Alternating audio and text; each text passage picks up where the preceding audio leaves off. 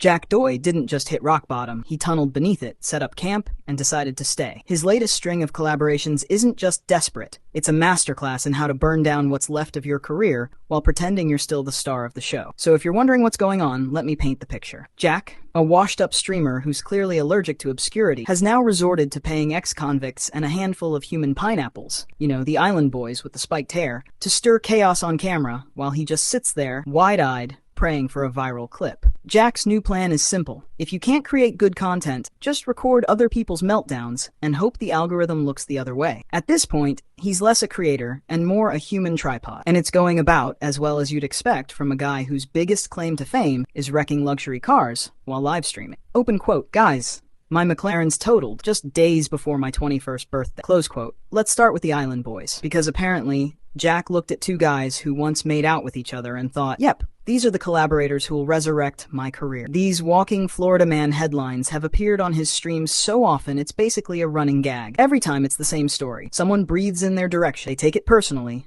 threaten to fight, and then back down faster than Jack's subscriber count. The infamous McDonald's incident, absolute gold. Jack and his crew got verbally destroyed by a McDonald's employee who roasted them so hard he deserves a raise, and maybe his own Netflix special. Open quote, "You're soft in real life." That line instantly became iconic. Close quote.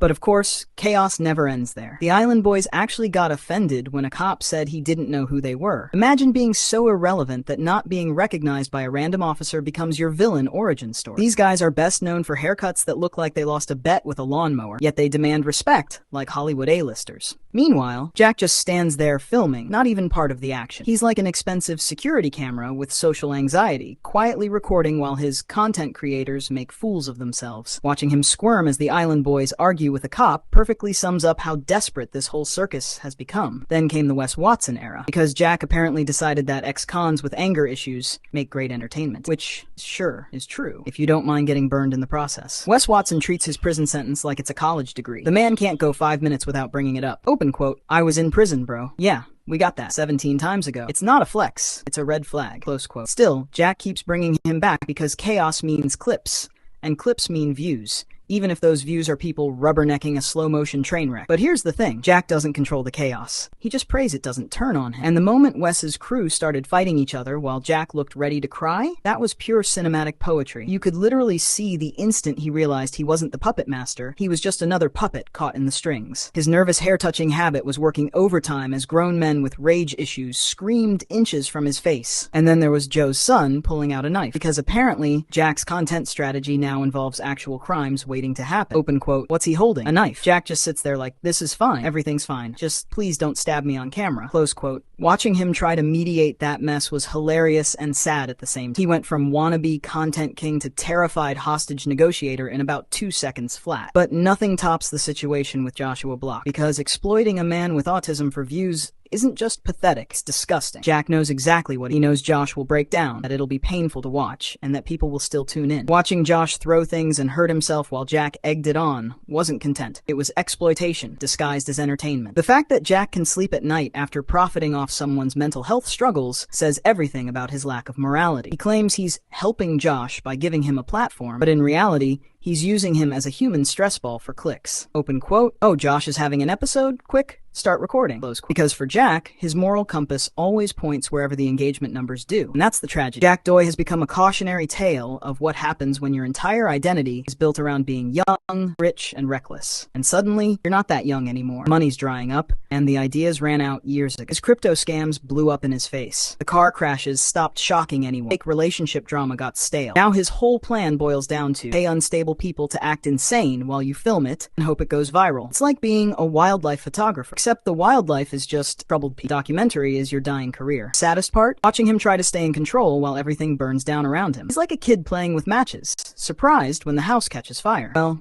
congratulations, Jack. You wanted chaos. You got it. You just forgot that chaos doesn't care about your subscriber count. Now every stream feels like watching someone realize, in real time, that he's in way over his head. The confident, spoiled kid who once crashed cars for fun has been replaced by a jittery wreck who can't control his own show. The main character has turned into a background extra, while the real stars are people who probably shouldn't be on camera at all. Desperation makes people do stupid things, and stupid things make great content for everyone else. Jack's downfall isn't just entertainment. entertaining. It's educational. It's a lesson in how not to handle fame, money, or basic decency. So what's next for Jack Doy? Probably more of the same, until someone gets seriously hurt or the police step in. Because when your content depends on unstable people doing unstable things, it's not a question of if it goes wrong, when. You say there's no such thing as bad publicity, but Jack Doy is putting that theory to the test. When your legacy is the guy who exploited mentally ill people for content, maybe, obscurity would have been the better option. The mask is slipping, the desperation is showing, and the internet's watching it happen in real time. Jack Doy didn't just fall off, he jumped. But hey, let me know in the comments, do you think this desperate grab for clout can actually save Jack's dying career? See you in the next piece. It's